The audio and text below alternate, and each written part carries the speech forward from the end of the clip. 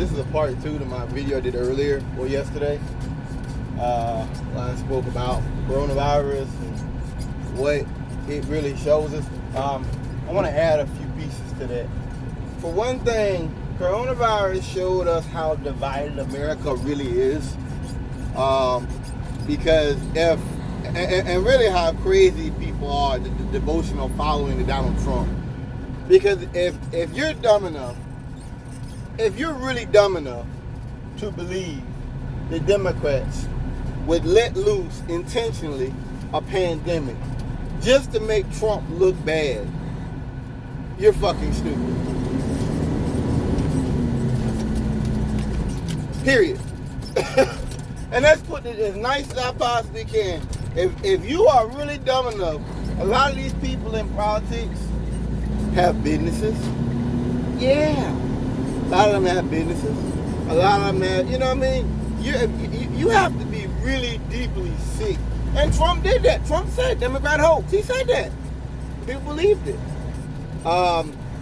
Secondly, it shows you how divided we are, that now we have protests, and people want to compare the protests of police acting improperly and getting away with it to a bunch of white men wanting to dress up like soldiers because they can't go get a pedicure, or they can't get a manicure, or they can't go to Starbucks, or they can't get a sandwich or get a haircut. I mean, that's really deeply sick. I shouldn't have to explain to you how crazy that sort of mindset. But it's their country. It's all I did. It's their country. I don't have that viewpoint. You know, I've said it before. As a black man, you know, you learn from a young age. You have to work with people and deal with people, because for black people, there's limited resources in our communities. White folks don't. They don't have to work together. They don't. They work together to be selfish, which is what that is. That's basically saying, protests were, I want to be a selfish bastard, and I don't care about who I hurt or who gets killed. That's basically what happened. Now, I mean, that's sick.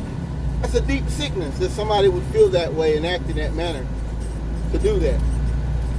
Next, it doesn't really surprise me anymore to see that kind of action, those kind of activities.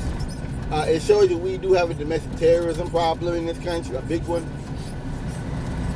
I still don't know what the guns have to do with the pandemic, but if you got domestic terrorists that are willing to threaten Dr. Fauci and other head scientists just because they can't get a haircut, you got a deep domestic terrorism problem, and that should be simple for you to understand right there.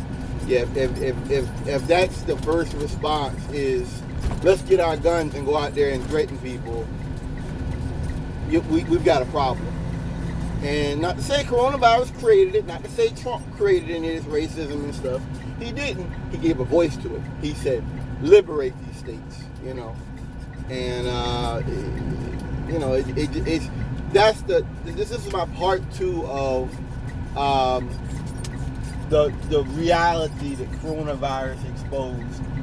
Because you can't ignore it. You can't ignore a bunch of white men running around with rifles. You know, it's crazy because Alex Jones talk about how he don't have privilege. How is that not privilege? How is going to the State House with rifles and ski masks not privilege? Could black men do that? I rest my case. They couldn't. You know that, and I know that as well. Peace.